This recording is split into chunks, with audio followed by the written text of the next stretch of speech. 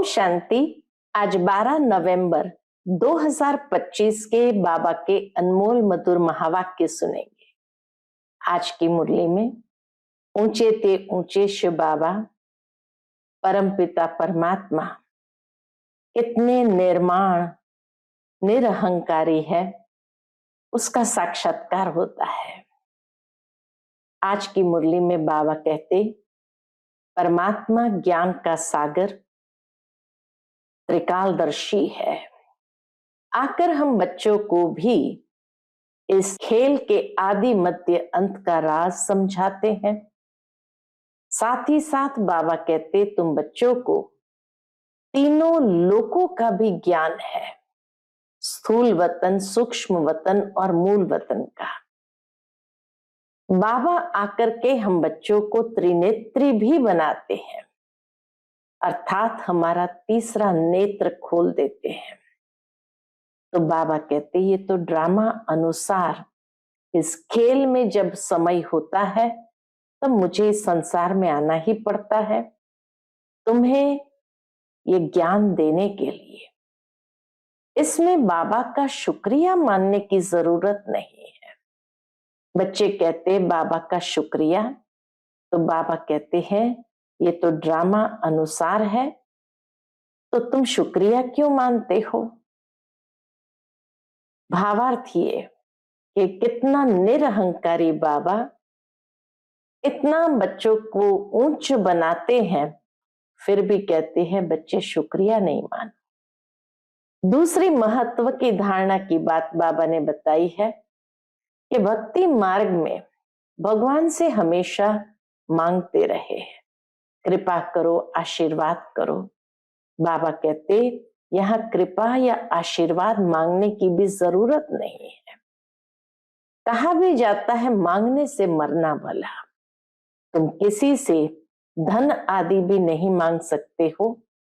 बाबा कहते इस खेल को जिसने अच्छी तरह समझ लिया कि ड्रामा में जिसको अपना ऊंचा भाग्य बनाना होगा वो अपने आप बीज बोएंगे, हमें किसी से मांगने की आवश्यकता नहीं है।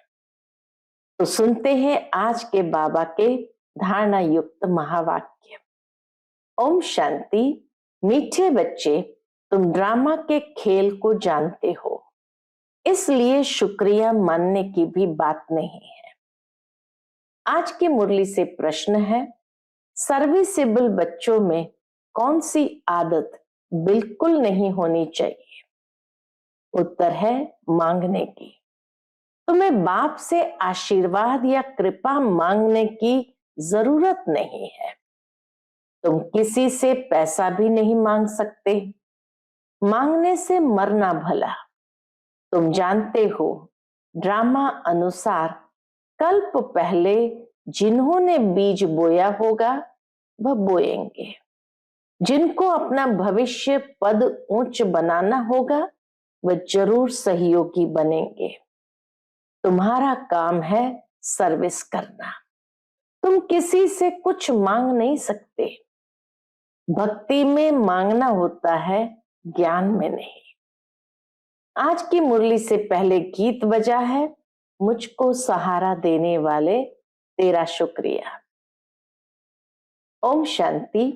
ये बच्चों के अंदर से शुक्रिया अक्षर बाप, टीचर, गुरु के लिए नहीं निकल सकता।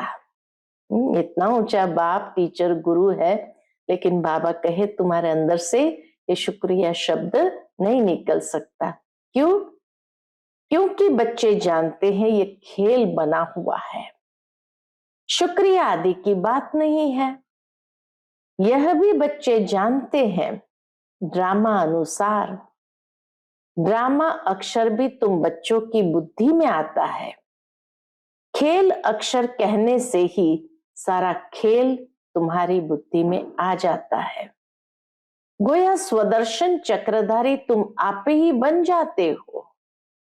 तो बाबा कहते हैं परमात्मा का शुक्रिया क्यों मानना। 3 लोक भी तुम्हारी बुद्धि में आ जाते हैं, मूल वतन, सूक्ष्म वतन, स्थूल वतन। यह भी जानते हो अब खेल पूरा होता है। बाप आकर तुमको त्रिकालदर्शी बनाते हैं, तीनों लोकों, तीनों कालों, आदि मध्य अंत का राज समझाते हैं। बाबा आकर के हम बच्चों को तीनों कालों, तीनों लोकों यानी आदि मध्य अंत का राज समझाते हैं। काल समय को कहा जाता है, काल समय को कहा जाता। ये सब बातें नोट करने बिगर याद नहीं रह सकती। तुम बच्चे तो बहुत पॉइंट्स भूल जाते हो। ड्रामा ड्यूरेशन को भी तुम जानते हो। तुम त्रिनेत्री त्रिकालदर्शी बनते हो। ज्ञान का तीसरा नेत्र मिल जाता है। सबसे बड़ी बात है कि तुम आस्तिक बन जाते हो। नहीं तो निधन के थे, जब निधन के थे तो नास्तिक थे, अभी धन के बने तो आस्तिक बन गए। ये ज्ञान तुम बच्चों को मिल रहा है। स्टूडेंट की बुद्धि में सदैव नॉलेज मंथन होती है। यह भी नॉलेज है ना, ऊंचते ऊंच बाप ही नॉलेज देते हैं ड्रामा अनुसार। ड्रामा अक्षर भी तुम्हारे मुख से निकल सकता है, सो भी जो बच्चे सर्विस में तत्पर रहते हैं। अभी तुम जानते हो हम ऑर्फन थे, अब बेहद का बाप धनी मिला है तो धन के बन गए। बाबा कहे अब धनी मिला है तो धन के बने हैं। पहले तुम बेहद के ऑर्फन थे। बेहद का बाप बेहद का सुख देने वाला है और कोई बाप नहीं जो ऐसा सुख देता हो। नई दुनिया और पुरानी दुनिया ये सब तुम बच्चों की बुद्धि में है, परंतु औरों को भी यथार्थ रीति समझाएं, इस ईश्वरीय धंधे में लग जाए। हर एक के सर्कमस्टेंस अपने अपने होते हैं। समझा भी वह सकेंगे जो याद की यात्रा में रहते हैं। बाबा कहे दूसरों को समझा भी वही सकेंगे जो खुद याद की यात्रा में होंगे। याद से बल मिलता है ना। बाप है ही जौहरदार तलवार। बाबा क्या है? बाप है ही जौहरदार तलवार। तुम बच्चों को जौहर भरना है। योग बल से विश्व की बादशाही पाते हो। योग से बल मिलता है, ज्ञान से नहीं। बच्चों को समझाया है नॉलेज सोर्स ऑफ इनकम है। योग को बल कहा जाता है, रात दिन का फर्क है। अब योग अच्छा या ज्ञान अच्छा? बाबा कहे दोनों में से अच्छा कौन? दोनों में से अच्छा कौन सा? अब योग अच्छा या ज्ञान अच्छा? योग ही नामी ग्रामी है। योग अर्थात बाप की याद। बाप कहते इस याद से ही तुम्हारे पाप कटते जाएंगे। इस पर ही बाप जोर देते हैं। याद की यात्रा पर ही बाबा जोर देते हैं। ज्ञान तो सहज है। भगवान वाच मैं तुमको सहज ज्ञान सुनाता हूं। 84 के चक्र का ज्ञान सुनाता हूं। उसमें सब आ जाता है। हिस्ट्री ज्योग्राफी है ना। ज्ञान और योग दोनों है सेकंड का काम। बस हम आत्मा है, हमको बाप को याद करना है। इसमें मेहनत है। याद की यात्रा में रहने से शरीर की जैसे विस्मृति हो जाती। घंटा भर भी ऐसे अशरीरी होकर बैठो तो कितने पावन हो जाए। मनुष्य रात को कोई 6 कोई 8 घंटा नींद करते हैं तो अशरीरी हो जाते हैं ना। उस समय में कोई भी कर्म नहीं होता, आत्मा थक कर सो जाती है। ऐसे भी नहीं कोई पाप विनाश होते हैं, नहीं, वह है नींद। विकर्म कोई होता नहीं है। नींद न करे तो पाप ही करते रहेंगे। तो नींद भी एक बचाव है। बाबा कहते नींद भी एक बचाव है। सारा दिन सर्विस कर आत्मा कहती है मैं अब सोता हूं, अशरीरी बन जाता हूं, तुमको शरीर होते अशरीरी बनना है। हम आत्मा इस शरीर से न्यारी शांत स्वरूप है। आत्मा की महिमा कभी नहीं सुनी होगी। आत्मा सत चित आनंद स्वरूप है। परमात्मा की महिमा गाते हैं कि सत है, चैतन्य है, सुख शांति का सागर है। अब तुमको फिर कहेंगे मास्टर। बच्चे को मास्टर भी कहते हैं, मास्टर सुख शांति के सागर। तो बाप युक्तियां भी बतलाते रहते हैं। ऐसे भी नहीं सारा दिन नींद करनी है, नहीं, तुमको तो याद में रहे पापों का विनाश करना है। जितना हो सके बाप को याद करना है। ऐसे भी नहीं बाप हमारे ऊपर रहम व कृपा करते हैं, नहीं, यह उनका गायन है। रहम दिल बादशाह, यह भी उनका पार्ट है। तमो प्रधान से सतो प्रधान बनाना। भक्त लोग महिमा गाते हैं, तुम्हें सिर्फ महिमा नहीं गानी है, ये गीत आदि भी दिन प्रतिदिन बंद होते जाते हैं। स्कूल में कभी गीत होते हैं क्या? बच्चे शांति में बैठे रहते हैं, टीचर आता है तो उठकर खड़े होते हैं, फिर बैठते हैं।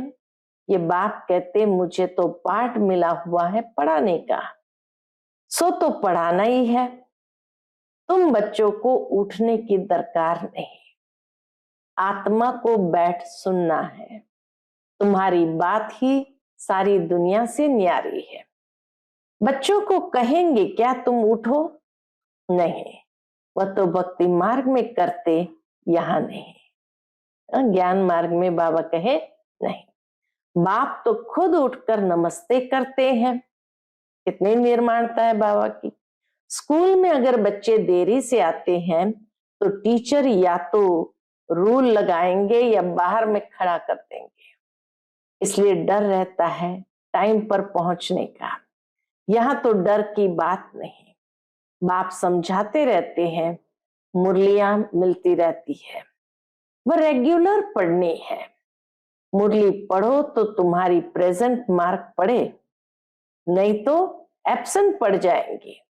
क्योंकि बाप कहते हैं तुमको गुये गुये बातें सुनाता हूं, तुम अगर मुरली मिस करेंगे तो वो पॉइंट्स मिस हो जाएगी। यह है नई बातें जो दुनिया में कोई नहीं जानते। तुम्हारे चित्र देखकर ही चक्रित हो जाते हैं। कोई शास्त्र में भी नहीं है, भगवान ने चित्र बनाए थे। तुम्हारी ये चित्रशाला है नहीं। बाबा कहते नए नए चित्र यहाँ बनते हैं। ब्राह्मण कुल के जो देवता बनने वाले होंगे उनकी बुद्धि में ही बैठेगा। कहेंगे तो ठीक है, कल्प पहले भी हमने पढ़ा था। जरूर भगवान पढ़ाते हैं। भक्ति मार्ग के शास्त्रों में पहले नंबर में गीता ही है, क्योंकि पहला धर्म ही यह है। फिर आधा कल्प के बाद उसके भी बहुत पीछे दूसरे शास्त्र बनते हैं। पहले इब्राहिम आया तो अकेला था, फिर 1 से 2, 2 से 4 हुए। जब धर्म की वृद्धि होते होते 1,00,000 हो जाते हैं तो शास्त्र आदि बनते हैं। उनके भी आधा समय बाद ही बनते हैं। बाबा कहे उनके भी आधा समय बाद ही बनते होंगे। हिसाब किया जाता है ना। बच्चों को तो बहुत खुशी होनी चाहिए, बाप से हमको वर्षा मिलता है। तुम जानते हो बाप हमको सारा ज्ञान सृष्टि चक्र का समझाते हैं। यह है बेहद की हिस्ट्री ज्योग्राफी। सबको बोलो यहाँ वर्ल्ड की हिस्ट्री ज्योग्राफी समझाई जाती है, जो और कोई भी सिखला न सके। वर्ल्ड का नक्शा निकालते हैं, परंतु उसमें ये कहां दिखाते हैं कि लक्ष्मी नारायण का राज्य कब था, कितना समय चला, वर्ल्ड तो एक ही है, भारत में ही राज्य करके गए हैं, अब नहीं है। ये बातें किसकी भी बुद्धि में नहीं है। वह तो कल्प की आयु ही लंबी लाखों वर्ष कह देते, तो मीठे मीठे बच्चों को कोई जास्ती तकलीफ नहीं देते। बाबा कोई जास्ती तकलीफ नहीं देते।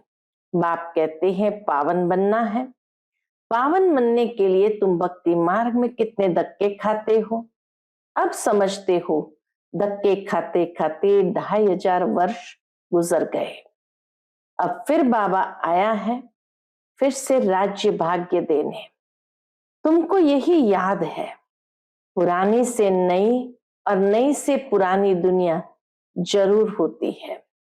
अभी तुम पुराने भारत के मालिक हो ना, फिर नए के मालिक बनेंगे। एक तरफ भारत की बहुत महिमा गाते रहते हैं, दूसरे तरफ फिर बहुत ग्लानि करते रहते।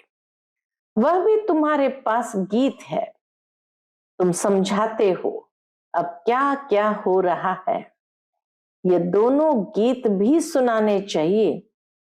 तुम बता सकते हो कहाँ राम राज्य, यहाँ ये, कहाँ सतयुगी राम राज्य, कहाँ यह। बाप है गरीब निवास, गरीबों की ही बच्चियां मिलेगी, शाहूकारों को तो अपना नशा रहता है। कल्प पहले जो आए होंगे वही आएंगे, फिक्रात की कोई बात नहीं। शिव बाबा को कभी कोई फिक्रात नहीं होती, दादा को होगी।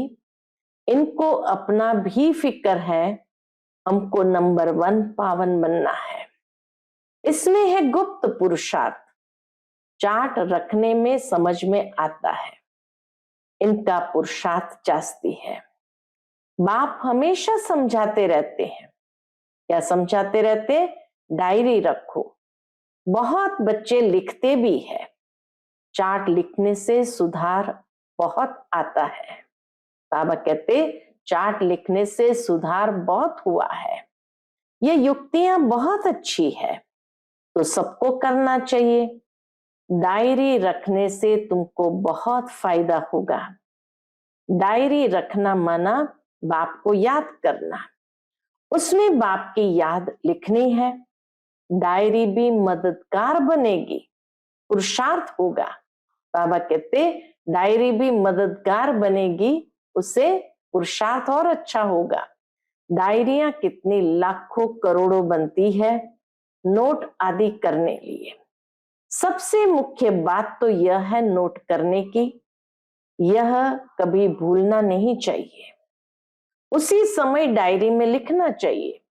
रात को हिसाब किताब लिखना चाहिए, फिर मालूम पड़ेगा यह तो हमको घाटा पड़ रहा है।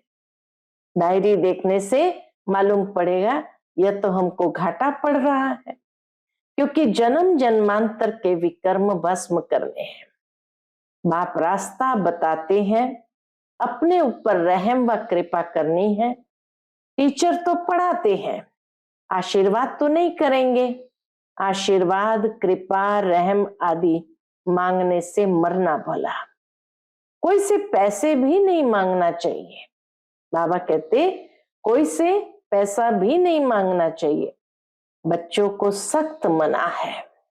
बाप कहते ड्रामा अनुसार जिन्होंने कल्प पहले बीज बोया है, वर्षा पाया है, वह आप ही करेंगे। तुम कोई काम के लिए मांगो नहीं, नहीं करेगा तो नहीं पाएगा। मनुष्य दान पुण्य करते हैं तो रिटर्न में मिलता है ना। राजा के घर व शाहूकार के पास जन्म होता है। जिनको करना होगा वो आप ही करेंगे, तुमको मांगना नहीं है। कल्प पहले जिन्होंने जितना किया है, ड्रामा उनसे कराएगा, मांगने की क्या दरकार है। बाबा तो कहते रहते हैं हुंडी भरती रहती है सर्विस के लिए। हम बच्चों को थोड़ी कहेंगे पैसा दो। भक्ति मार्ग की बात ज्ञान मार्ग में नहीं होती। जिन्होंने कल्प पहले मदद की है वह करते रहेंगे, आप ही कभी मांगना नहीं है। सामने से बाबा कहे कभी मांगना नहीं है। बाबा कहते बच्चे, चंदा चीरा तुम इकट्ठा नहीं कर सकते, ये तो सन्यासी लोग करते हैं। भक्ति मार्ग में थोड़ा भी देते हैं, उसका रिटर्न में एक जन्म लिए मिलता है। यह फिर है जन्म जन्मांतर के लिए। तो जन्म जन्मांतर के लिए सब कुछ दे देना अच्छा है ना। इनको तो नाम भोला भंडारी है। बाबा कहे इनका तो नाम भोला भंडारी है। तुम पुरुषार्थ करो तो विजयी माला में पिरोए जा सकते हो। भंडारा भरपूर, काल कंटक दूर है। वहां कभी अकाले मृत्यु नहीं होती। यहाँ मनुष्य काल से कितना डरते हैं। थोड़ा कुछ होता है तो मौत याद आ जाता है। वहां तो ख्याल ही नहीं। तुम अमरपुरी में चलते हो, ये छीछी मृत्यु लोक है। भारत ही अमरलोक था, अब मृत्यु लोक है। तुम्हारा आधा कल्प बहुत छीछी पास हुआ है, नीचे गिरते आए हैं। जगन्नाथपुरी में बहुत गंदे गंदे चित्र है। बाबा तो अनुभवी है ना, चारों तरफ घुमा हुआ है। साकार बाबा तो भक्ति मार्ग में चारों तरफ घुमा हुआ है, गोरे से सांवरा बना है। गांव में रहने वाला था, वास्तव में ये सारा भारत ही गांव है। ये सारा भारत इस समय गांव है। तुम गांव के छोरे हो। अब तुम समझते हो हम विश्व के मालिक बनते हैं। ऐसे मत समझना हम तो बॉम्बे में रहने वाले हैं। बॉम्बे भी स्वर्ग के आगे क्या है? कुछ भी नहीं। बाबा कहते बॉम्बे भी स्वर्ग के आगे क्या है? कुछ भी नहीं, एक पत्थर भी नहीं। हम गांव के छोरे निधन के बन गए हैं, अब फिर हम स्वर्ग के मालिक बन रहे हैं, तो खुशी रहनी चाहिए। नाम ही है स्वर्ग। कितने हीरे जवाहरत महलों में लगे रहते हैं। सोमनाथ का मंदिर ही कितना हीरे जवाहरतों से भरा हुआ था। पहले पहले शिव ही मंदिर बनाते। कितना शाहूकार था बाबा, कितना शाहूकार था। अभी तो भारत गांव है। सतयुग में बहुत माला माल था। ये बातें दुनिया में तुम्हारे सिवाय कोई भी नहीं जानते। तुम कहेंगे कल हम बादशाह थे, आज फकीर है, फिर विश्व के मालिक बनते हैं। तुम बच्चों को अपने भाग्य पर शुक्रिया मानना चाहिए। अपने भाग्य पर शुक्रिया मानना चाहिए। हम पद्मा पदम भाग्यशाली है। हम पद्मा पदम भाग्यशाली है। अच्छा, मीठे मीठे सिकिलधे बच्चों प्रति माता पिता बाप दादा का याद प्यार और गुड मॉर्निंग। रूहानी बाप की रूहानी बच्चों को नमस्ते। हम सब रूहानी बच्चों की रूहानी माता पिता बाप दादा को याद प्यार, गुड मॉर्निंग और नमस्ते। शुक्रिया शुक्रिया बाप दादा, शुक्रिया। आज की मुरली से धारणा के लिए मुख्य सार है। पहली पॉइंट, विकर्मों से बचने के लिए इस शरीर में रहते अशरीरी बनने का पुरुषार्थ करना है। याद की यात्रा ऐसी हो जो शरीर की विस्मृति हो जाए। दूसरी पॉइंट, ज्ञान का मंथन कर आस्तिक बनना है। मुरली कभी भी मिस नहीं करनी है। अपनी उन्नति के लिए डायरी में याद का चार्ट नोट करना है। आज का बाप दादा का मधुर वरदान हम बच्चों के प्रति है। रूहानी शक्ति को हर कर्म में यूज करने वाले युक्ति युक्त जीवन मुक्त भव। रूहानी शक्ति को हर कर्म में यूज करने वाले युक्ति युक्त जीवन मुक्त भव। इस ब्राह्मण जीवन की विशेषता है ही रूहानियत। रूहानियत की शक्ति से ही स्वयं को व सर्व को परिवर्तन कर सकते हो। इस शक्ति से अनेक प्रकार के जिस्मानी बंधनों से मुक्ति मिलती है, लेकिन युक्ति युक्त बन हर कर्म में लूज होने के बजाय रूहानी शक्ति को यूज करो। मनसा, वाचा और कर्मणा तीनों में साथ साथ रूहानियत की शक्ति का अनुभव हो। जो तीनों में युक्त है वही जीवन मुक्त है। आज का स्लोगन है, सत्यता की विशेषता द्वारा खुशी और शक्ति की अनुभूति करते चलो। सत्यता की विशेषता द्वारा खुशी और शक्ति की अनुभूति करते चलो। आज का अव्यक्त इशारा है, अशरीरी व विदेही स्थिति का अभ्यास बढ़ाओ। उसके अंतर्गत जो भी परिस्थितियां आ रही है और आने वाली है उसमें विदेही स्थिति का अभ्यास बहुत चाहिए। इसलिए और सभी बातों को छोड़, यह तो नहीं होगा, ये तो नहीं होगा, क्या होगा, इस क्वेश्चन को छोड़ दो। अभी विदेही स्थिति का अभ्यास बढ़ाओ। विदेही बच्चों को कोई भी परिस्थिति व कोई भी हलचल प्रभाव नहीं डाल सकती। अच्छा, ओम शांति।